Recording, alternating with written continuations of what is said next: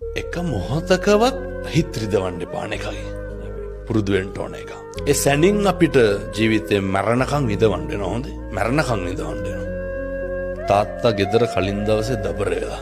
දබර වෙනකොට පොඩි උන් බය වෙනවනේ. තාත්තා පහවදා උදේ වැඩට යනකොට පොඩි එකා කතා කරලා නැහැ. තාත්තා හැන්දෑවේ එනකොට පොඩි කාට සෙල්ලම් බඩු ටිකක් අරගෙන එනවා. එනකොට මොකද්ද දැක්කේ? මුළු ගමම තනි පස්කන්දකට යට වෙලා. ඒක අස්සට දරුවත් ඉන්නවා, ඒකේ බිරිඳත් ඉන්නවා. ඒ පොඩි එකා මැරුණේ මොන හිතකින්ද? තාත්තා තරහ වෙලා. මිනිස්සු පුරුදු වෙන්න ඕනේ මේකේ ඉන්නකොට අවිනිශ්චිත භාවයේ තේරුම් ගන්න. අර කම්මං දල්ලං කින්ති කරෝමි. කර්මය දැඩි වුණාම මොකක් කරන්නද? එක මොහොතකවත් හිත රිදවන්න එපා එකයි. පුරුදු වෙන්න ඕන එක. ඒ සැනින් අපිට ජීවිතේ මරණකම් විඳවන්න වෙනවා හොඳේ. මරණකම් විඳවන්න වෙනවා. තාත්තා ගෙදර කලින් දවසේ දබර වෙලා.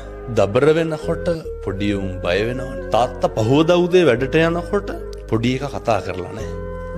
තාත්තා හැන්දෑවේ එනකොට පොඩි කාට සෙල්ලම් බඩු ටිකක් අරගෙන එනවා.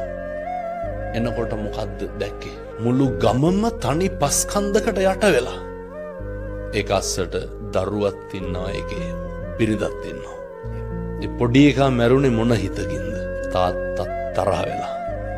මිනිස්සු පුරුදු වෙන්න ඕනේ මේකේ ඉන්නකොට අවිනිශ්චිත භාවයේ තේරුම් ගන්න. අර කම්මං දල්ලං කින්ති කරෝමි.